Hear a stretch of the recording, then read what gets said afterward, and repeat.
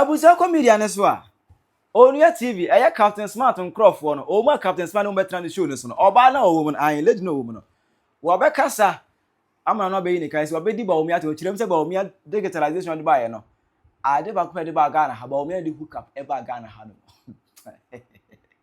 o se Bawumia ele de hook up e ba Ghana ha dan se we no kan ye no ele se media so TikTokers for no o mu se Penyah yembuki no 8% science ye o ma that age ni dwuma ma won kirem no akere wa adwen ama me e comment section aha yi Penyah block media me so say any di mo obe like video no under my subscribe button somebody click the notification latest update somebody share wa adwen ama me e comment section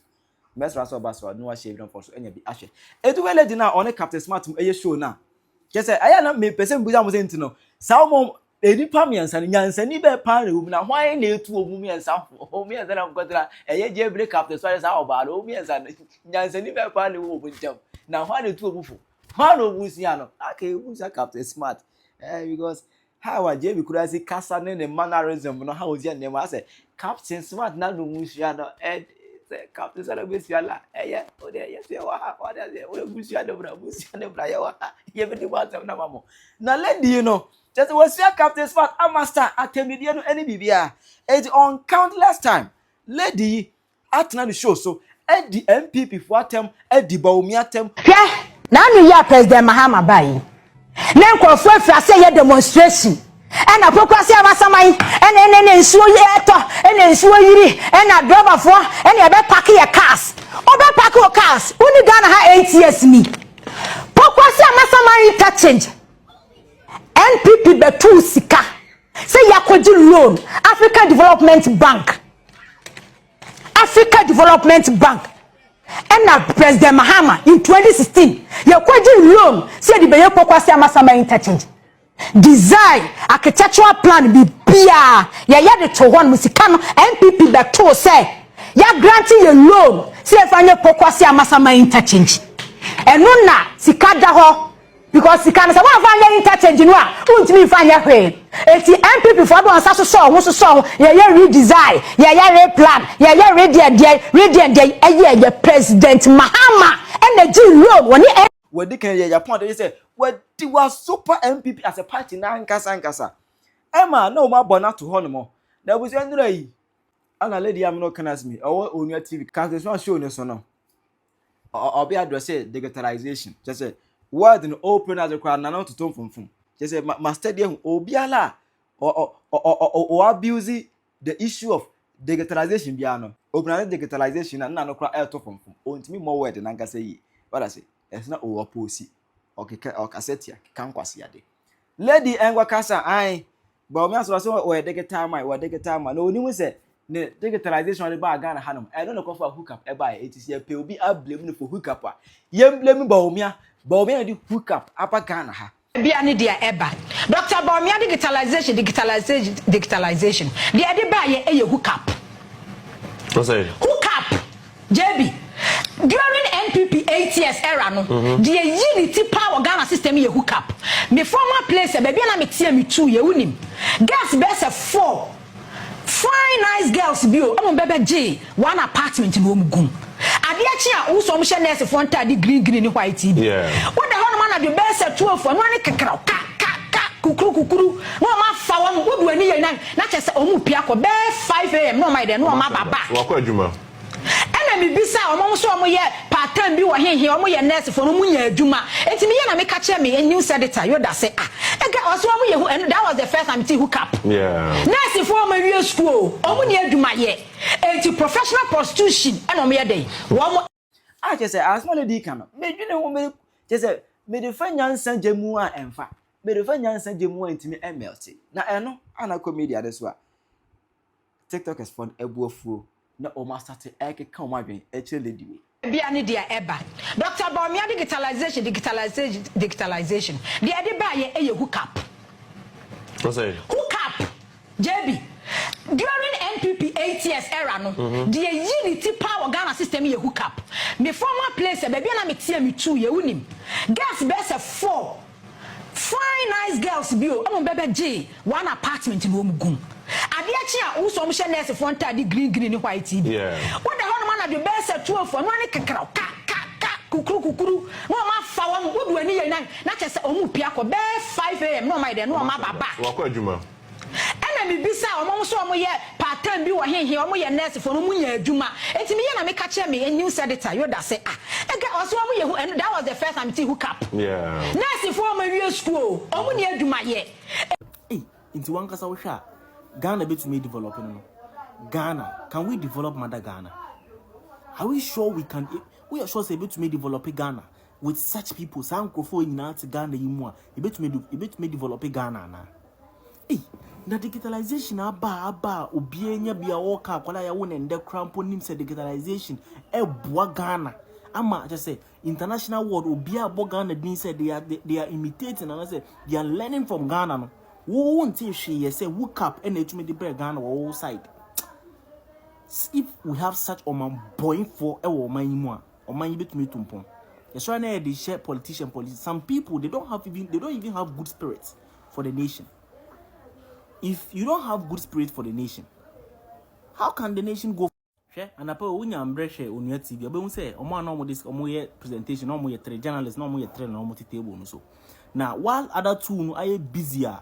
Omo pa by nature and so omo appeal to the government say government into nurses for can say am we not in fin or defend the government no. Or yes ama journalists ba ku bisa say ade say o kasama abayana. That was the question the other journalists asked there on the platform. Me share ye, me say ye. I was trying to get that video for you, but my messages are me. And I pay or yeah man no one colleague on the table so bisa say o kasama abayana. You could see from the two of them, my reaction is say what she was doing. They're not thinking or yeah, Kasama and this not for no mumpe because any brain aba yeah pa by any choice or no bit nurses for naka. Now who team now defend their buying?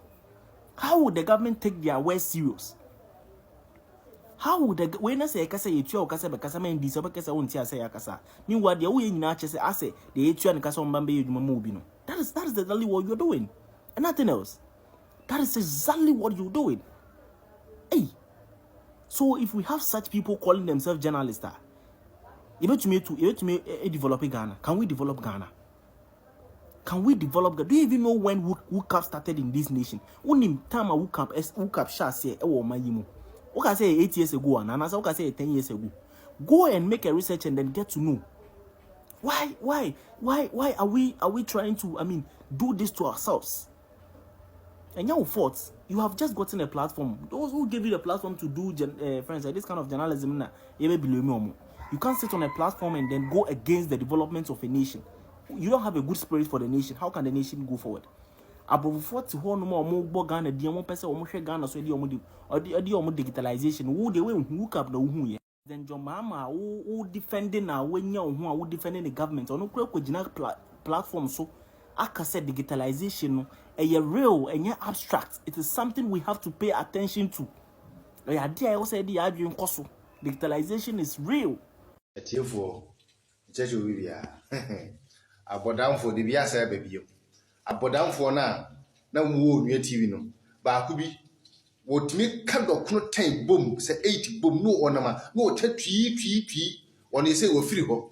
Bodan for baba ko so ba Onua TV because Onua TV phone a Jimmy phone kwa na ho. Onua TV phone a Jimmy phone kwa what I say. Sa wo ba na wudi credit ja kwa atam no. Onufo asehye se can say phone mu aduane. O sa wo ba na wudi credit ja kwa atam no. Onufo asehye se phone mu aduane. Wo kan oba phone what I say. O se credit Japan ebe da be sore na credit Japan ya president ya. Ene ne say can say Ghana for ye moa. Wonni no wo si ene ye moa. Wo na wo ya aboa. O ma ye moa, ukunu ye moa, wo si ye moa, o ma me ye moa, o entire obusuanfo nyina ye moa. Wo sa wo ba na wo Onua TV no because Onua TV for susu nyina sa ye moa. Onua TV, mon share one to Onua TV, mon share one to can say Onua TV, the TV ni yana diano, the radio ni yana diano. Mun nyina mo ya moa Onua TV for mo ya moa, mo ya nyam ode, mo ya fa fro. Wo sa wo ba no, wo twa boto, wo twa bom fufunya. Wo sa wo ba na odi kene de ja ho atem no, e wo Onua TV no. Be se wo twa bom fufunya, wate? Abodwan wonu kan se utunum wo sa wo ba no me say duo di kana de Japan tem wo Onua TV no say Ghana for ya mwa na Ghana for nya mwa wo ni wo busuafo na wo ya mwa na mu didi ball so me say wo ba no wo ya boa wo di bini wo ni wo busuafo nyina mo ya mwa wo say di bini o te ka kire no wo be didi kana Japan tem say ya beta be so na se kana Japan e president ya kana Japan nyi nipa na wo kana Japan me say ne mpabwa hompo wo busuapan yi wo nya kana Japan mpabwa hompo no apepa wo entire obusuani nyina kan Japan betima fo atwemu nyina akosim mu wuda wo betima Onua TV aba be didi kan Japan ta me say unufo asehye se fono no mu aduane wo sa wo ba na wo Onua TV no mo ya moa Onua TV fo mo ya moa from A to Z mo ya moa wo hwai me wo sa wo ba no hweboto etese wo hweboto etese wo utwa bom funfunya wo sa wo ba no me se wo twa bom funfunya wate uni twa siri mo hyema no ko no ko Onua TV fo no wo be di kan Japan atam e di ba unya atam na wo kan say emane wo MPP mu no mpo no wo mu ho fa chew wo mu sa wo nim de chew wo Onua TV wo bodam na menua ba moda kra menua ba moda MPP moda wo ba wo fefo ye ni gina hono mu a ni ho fa chew 10 times wo sa wo nim de chew 10 times was ye wo de wadwene wo ba sia abuofu na shawo ni be te se wo a shawo ni ba wo do twa wo do tan wo twa to kon ho ana wo benye Onua TV ye diwa ye diwa no benye Onua TV na wo to na wo didi kan Japan atam a shawo ni be te se wo prostitute te se wo a shawo ni ba abuofu no wo twa ye wo ka entina nya bleble na wo ba benye Onua TV na wo jimi wo twa ye wo ka anka ma me te Onua TV e keka san kwa sasam no utu Onua TV na wo didi kan Japan MPP fo atam nyamogode me so wo tweboto wo twa bomfufunya abuofunu me so wo nufu asehye se kan se funu no mu aduane abuote tafo te se wo wabete Onua TV dikere de Japan atam me so Onua TV ponya mo ya moa mo ya nyamogode fa afro mo ya hye rate te se mo moa wo be dikere de Japan atam me se kere Japan wonni si kompad ni bini hu won faso che wo ba na wo te Onua TV edidi Canada Japan atam no Canada Japan ni si ho no mo a ni bini hu won faso che Onua TV fo ni nyina hu won faso che Onua TV fo ni nyina wo ba me se wo twa bom fufuda a shawo ni ba watam wo twa to kon ho wo twa to kon ti na obenya Onua TV ye no eti above tirim wo be di Canada Japan atam we are part 1 but say part 2 aba sheboto ba etesewo Onua TV hono mo no muntimi invite ni papa bia ma ne ba station me kasa won kai sa abodam fo nko na mo invite omo ebusuam tie bodam ni girl ya okotena Onua TV ni nsem a ode tudwa bia ni dia eba Dr Bawumia digitalization dia de ba ye hook up What's that? hook up JB during NPP 8 years era no the unity power Ghana system ye hook up me former place baby na me tie me 2 ye unim girls best 4 fine nice girls bio am bebe J one apartment no mugum ade achi a wo so mo hye nurse fo ntade green ni white yeah what the hell man na the best 12 no ne kekra ka kukuru no ma fa wo wo du ani ye na chese o mu pia ko be 5 am no ma de no ma baba wa kwa adwuma alright ebusuam say the National Democratic Congress the National Demonic Congress omo ba Ghana fo ho kire omo na Ghana fo ekọ ha omo no sa nkofo we emu abi sei e no mgu sa political party ni mu we mu ano mbeka kire ye say eye drone na Dr Bawumia de bae no e betwa ema sebi on baby sa nkọ party fo we ya o enso enne drone delivery system Dr Bawumia de bae no enne nam so man me no ka say USA former Vice President Kamala Harris e kan say ade akoso wo Ghana no drone delivery system no onu kro hu bi da ama e show mu American crime say omo so mu nya bia nde okọ America China and other countries omo so ma fa omo so mu ye bi enne wo president John Dramani Mahama be ka kire say na digitalization no e ye real na so nya Jimmy for ba bia kwetena Onua FM TV na abodamfo nkwa na guso no e ka kire say digitalization on continue pompo na digitalization continue pombo or say digitalization no ya shawfo na hook up na ba be ye. You see if you have this kind of people in this country e ba na say no man be tumpon. And you know as some okay no they are fools in their political party that they will buy into this. By ne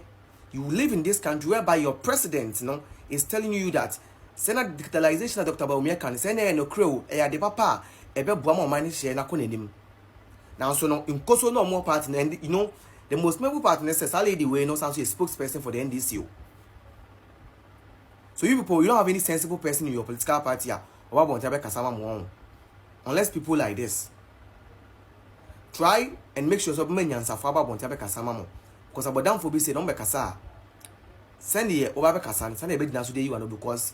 nyansa ni bia nkasa say the okasa you know because my party me say nyansa for ogum. Nyansa for ogum ti say president say nyansa ni enti no minim baby awo no free a be share this but me sure say when I am say wo no adwem bo form because you sound like obia or you wo no one no money ma me no for ano milk ni bi adwem ni nyedwa. You are the reason why Ghana is ranked as the 8th country with the lowest IQ in the whole world. It is because of someone like you who trying me. Wo sa obana wo di Kennedy Japan ene Bawumia tem no. Wo sa obana wo Onua TV no. Wo asawo ni be te se wo. Ohun dokun bi ye frɛ ne Furumantwu. Ye frɛ dokun ene omdi kenke fo no yamde ye omdi yamde ye kenke no. Furumantwu be te se wo. Abuwie ba wo ye frɛ wo buwie. Ye di Onua TV fo mema di wodani wo buwie. Ye di wa ne ye ma platform ene wo betra Onua TV ena wo jimi na wo di Kennedy Japan ne Bawumia tem. Onua TV fo mema adan wo buwie. Furumantwu be te se wo. Furumantwu ba ye dan wo buwie ena ye fo no pa fo wia wo do twa na nam wo sa wo ba no wo twa aya wo nsamanti ukunu ne kwate kete asen kunuma nti wo kofie na ukunu ntimi mfa wa anapa wo ba no ayi depression because wo fo no pa fo wia no ukunu ntimi ntake ukunu kwate kete nkunuma na wo twa aya wo nsama wo twa aya wo hanmuma ena wo ukunu ntimi mfa wo nti wo betra Onua TV ho no nya depression wo be di Kennedy Japan Bawumia tem. Furumantwu be te se wo abuwie dokuna te se wo ye de wodan wo buwie cause ya ma usika ena wo didi Bawumia na Kennedy Japan tem Onua TV se ye beda be sore no na se Kennedy Japan ene Bawumia mu ba ko ye president ya na Ghana fo ye moa una wo ye moa una obusuafo entire obusuafo Samila Bawumia mpo ni bini ho wonfaso che wo ba na wo Onua TV no a wo di Kennedy Samila Bawumia kuna tem wo di Kennedy Japan tem no sankrofo no entire obusuo betima hwew akopim so mbewu abuwie be te se wo watam wo twa to kon na de beto wo de beto Onua TV because wo mo ama usika se di Kennedy Japan ne Bawumia tem no wo mu fo wanopa wo fo owia wo mu di wanopa di owia asia ye fa oto ne ye fo onim ahyawo ni be te se wo be se wase wano a ye nsu ase ado ye ma Kennedy Japan ne Bawumia kra nkase wo ye be yi wano wo twa ahokɔ de hye wa ham na wo kunu ntimi ni wo kunu kwete kete ayese nkunuma fuck you nigga asia wo yoba mesi Samila Bawumia ni bini so wo mfaso che wo abudwan no be di Kennedy Japan ne Bawumia tem sane wo mu fata president na wo hwan ne fata president ya dane wo abuwie Furumantwu be te se wo mesi dokunu no dokunu ye die kenke no sana wotie ya dane wo buwie Furumantwu ye do no pedu owia wo de watam wo hwe e de betuna kan say Onua TV e na wo kekan kwa sisasem ya ma osika ye fo no pa fo owia abuofu no ko fie so a wo kunu kote ayese nkunuma na wo so twa ye wo han mu ma enti wo kunu ntimi niu enti wo ba wo betu Onua TV ho no na wanya depression abu dwan Furumantwu ba buwie ba te se wo ye de Onua TV for de wadane wo buwie ne ye for no pa fo owia ene wo yama platform wasia ko to de twa ene baaye wo twa na aya wo han mu man ene wo de baaye wo twa me se wo ye be gina wo so me se wo be di Bawumia Kennedy Japan atem no Wabo mesi wo mo nkasa wo ye beyi wo manu ama wo. Wo dwan ye tese wo. Asiaba wo bedidi ba obi kere Japan tem na wo se dua sa ahoma. Eduru ahomate a ya fa nsa wura wo ba bihwe ne hwia hwa ade sa wo yo nipa. Wo dwan be tese wo. Apapon. Wo kan sa apapon. Wo sa wo ba no. Mesi ya sia no so mase ma no so ya sia no. So munimu a Dr Bawumia ne kere Japan tem. Mesi Samila Bawumia wanya to na tese wo. Wo cancer wo cancer unyansa na wo binum wanyi Samila Bawumia ne ato na tese wadwene a wodi bo obere nyina abudwan ya mokode hwe boto be tese wo de we part 2 part 3 be saba let you end the week we mo no Onua ya den ho about chalking board no so na ye be book ne pa kama ye be book ne with correct odds. Chira wadwe ma me e wo comment section. Aha Penyah Media.